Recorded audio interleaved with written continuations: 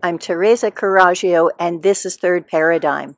Today's episode is called In the Blood of Eden, after the Peter Gabriel song that my friend Guy used as his song of the exploration to continue the conversation that he and I have been having. And so this one is going to be about creation versus evolution versus what I called split mind dreaming.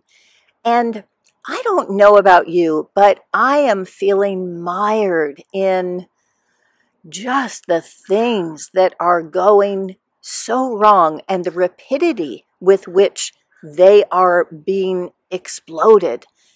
So I want to look at whether there's a shortcut, whether we have to go through the long, hard slog of trying to change things person by person, individual event by individual symptom, or whether there is a possibility of how we could make this better in a way that is more gratifying to our souls than what we're going through now. Guy called his last response to me, Teresa and the Quest Guy's question for the I Ching. And I commented back, Guy, what devotion to delve into the shadows and the sticks of the I Ching in pursuit of the slippery truth of our conversation. In the spirit of that, I've read carefully and will let your distillation steep for a while. Yet your I Ching reading could give heart to all of us in these dire times. I'm grateful for the energy and love that you put into your reflections. I later added, listening to your Song of the Exploration, The Blood of Eden by Peter Gabriel, made me cry.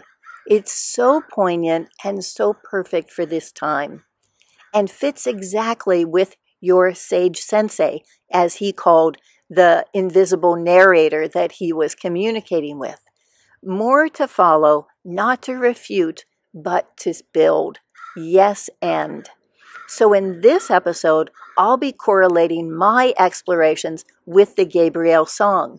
I'll start with the social and move into the metaphysical, then the biblical to the archetypal and personal. And I'll end with why I think that something has gone terribly wrong in the relationships between women and men, and how Guy's I Ching reading hints that perhaps the spiritual, the social, and the sexual are all tied together to the same solution.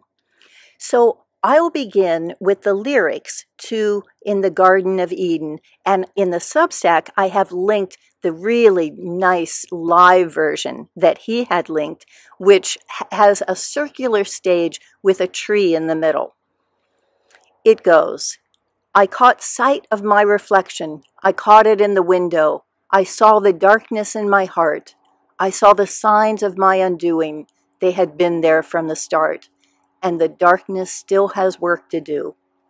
The knotted cords untying, they're heated and they're holy. Oh, they're sitting there on high, so secure with everything they're buying.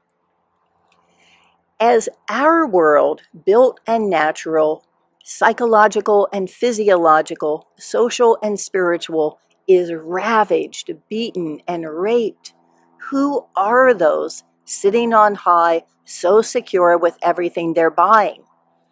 In a James Corbett Solutions Watch, he interviews Etienne de la Boetie, who wrote Government, the Biggest Scam in History Exposed. Etienne refers to intergenerational organized crime, which I like because it describes the function without needing to come to an agreement on who or why. I would amend it to intergenerational organized theft, or I got mine and I got yours.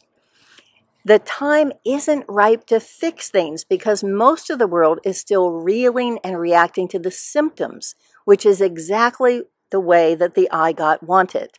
And I will also link a really good interview between Catherine Austin Fitz and Sasha Latapova on how this extraction of taking all of the assets is working. The song continues. In the blood of Eden lie the woman and the man, with the man in the woman and the woman in the man. Staying with the social, let's start with the blood. Is violence part of human nature, or does Western civilization that's backed by a patriarchal violence endorsed by God make that hard to delineate? One of the many fascinating tidbits the literary guy has taught me is that the phrase rule of thumb comes from an 18th century British ruling that a man couldn't beat his wife with anything that was more narrow than his thumb. Whether or not that's true, up to the present generation, physical violence by husbands against women and children or teachers against children has been de rigueur, a phrase that literally means out of strictness, and colloquially so commonplace as to seem mandatory. My own dad came from a heritage of wife beaters, a legacy that the older sons continued. My grandmother, who was a cantankerous woman, moved out to live with him when he was in high school, preventing him from finishing high school in order to support her, and also, when he came back from the military, not being able to use the GI Bill to go to college. So I shared a bedroom with her until middle school. Early in my parents' marriage, as the story goes, my dad kicked a trash can one time out of anger, and my mother said that if he ever hit her, she would leave, Catholicism notwithstanding.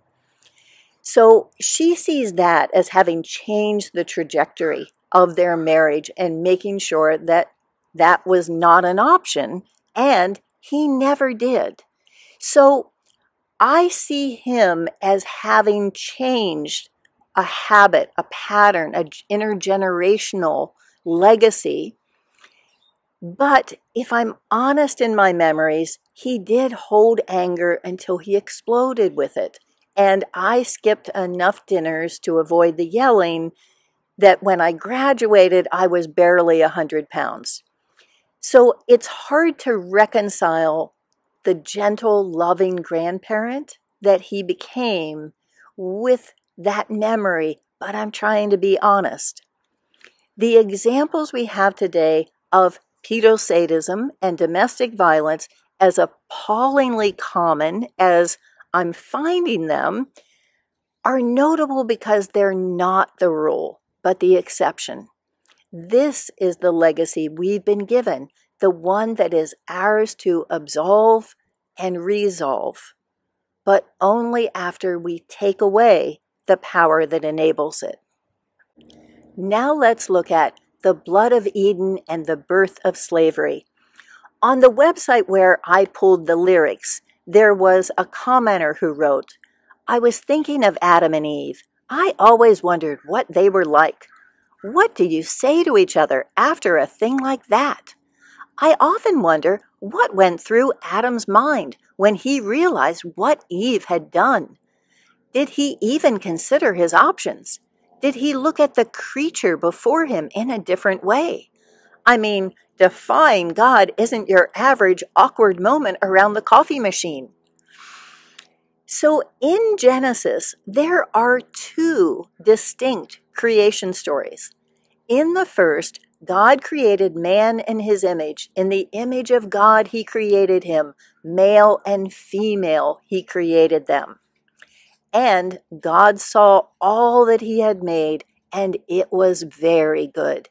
He rested on the seventh day. And then the story starts all over again. In the second account, there are no plants and no rain because, duh, there was no man to work the ground. So God made a man from dust and put him into the Garden of Eden to work it and take care of it. Because the man needed a helper, God puts him to sleep and takes out a rib to make a woman, bringing her to the man who says, "This is now bone of my bones and flesh of my flesh. She shall be called woman, for she was taken out of man. And it is all downhill from there. Eve's original sin against God and Adam is our culture's creation story. God's violence is because of Eve's disobedience. She eats from the tree of the knowledge of good and evil, then tricks the innocent Adam into doing the same.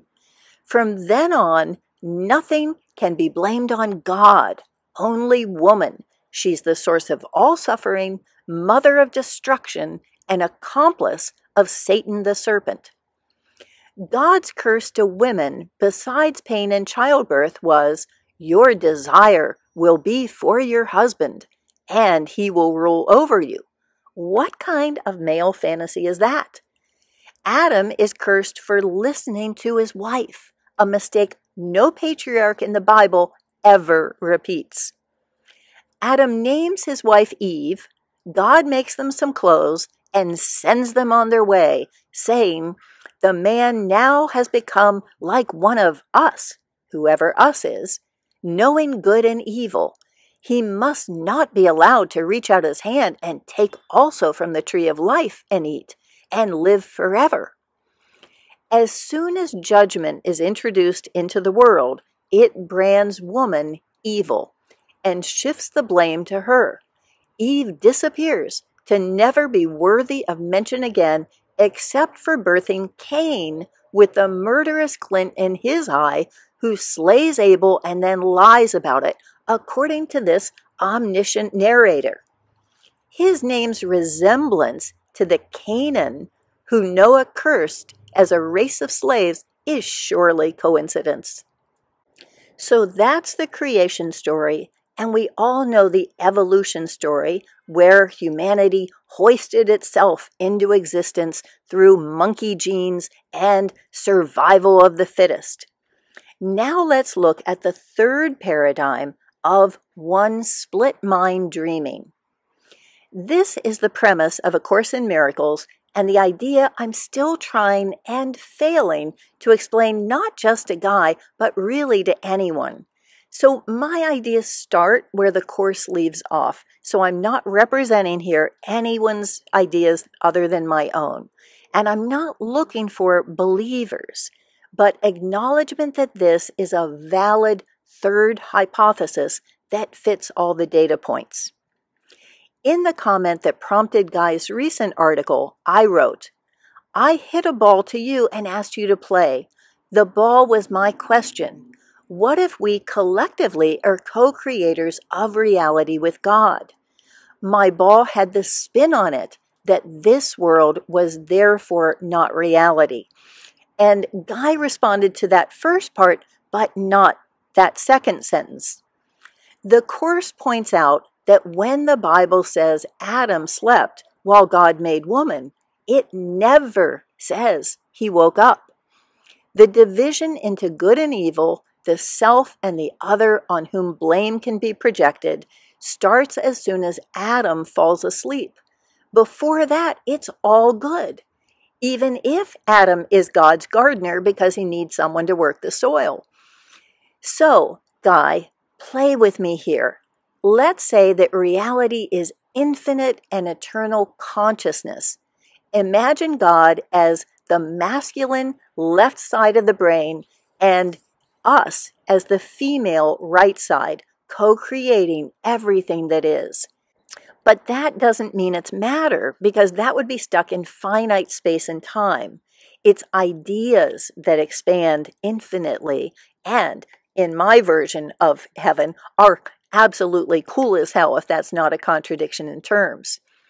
We get the crazy idea that we don't need God as our sidekick. We want to go solo. So we cut ourselves off from God, or think that we did, and invent a world on our own. But this makes us feel guilty and paranoid because we think we made ourselves just like God, just like Adam did in the story, exactly as Genesis claims. And the penalty for that is death, or so we think. Everything we think we experience could be happening in the dream of Adam, the God imposter. But we're not creating it with God. We're hiding from God in an illusion. In reality, we're Eve, mother of all creation, and we've never left God's side. The song continues. My grip is surely slipping. I think I've lost my hold. Yes, I think I've lost my hold. I cannot get insurance anymore. They don't take credit, only gold. Is that a dagger or a crucifix I see you hold so tightly in your hand? And all the while the distance grows between you and me. I do not understand. Does it seem to you that something has gone terribly wrong in the relationships between men and women? My observation in my daughter's generation is that few are finding relationships, and I could end right there and it would still be true, but particularly relationships in which both want to have kids. So Jimmy Changa did an interesting article on sugar dating that I'll link in the Substack, which is Understanding Your Kids' Dating Jungle. And I'll also link my episode on disposable dating and the great isolation at the end of this. Peter Gabriel is so prescient in talking about I can't get insurance anymore, as victims of disaster terrorism can tell you. And I'm sure that it's coming, that they won't take credit, only gold.